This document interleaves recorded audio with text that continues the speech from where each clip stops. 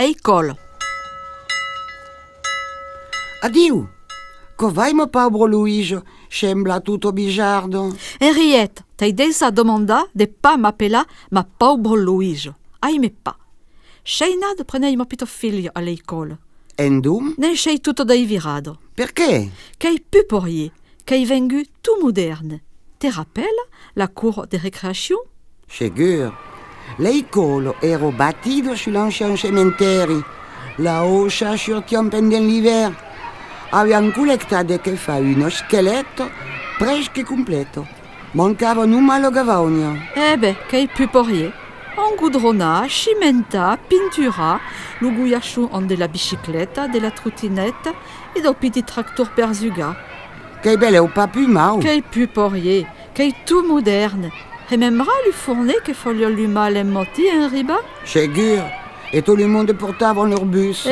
Qu'ei soba. Ora, ia lo saufase centrau, poi ia per la merorio.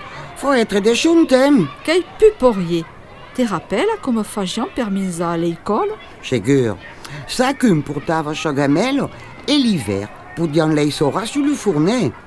Ora, ia una cantine organizzata per la merorio. Che i miei ci ho più di fourné per restaurare il gamello. Qu'ei pu porier. Te rappelles come on avait all'eicol? Sicuro. Mio padre restava a 3 chilometri dall'eicolo. Lei dum facevo 3 chilometri di pe, moti e sei, come lo altri drole, o mi tandau bo. Ora, un car lo venem prenei davant leur porte, ou tout, lo parrain, lo paugeant davant l'eicol. Lo ten sans ma pauvre Louise. M'appelei pas ma pauvre Louise. Te rappelles de la classe? Sicuro.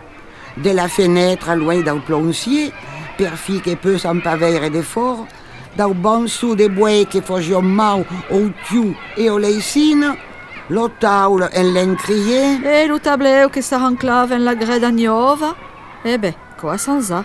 Ora, io più de tableo, che è una specie de telo gigante maliada d'un ordinateur. Lo kit è drôle, on s'accu un ordinateur.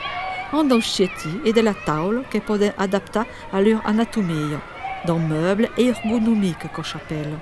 Che per tu entau ora? Che pu porier. Te rappelles l'odore? Sicuro.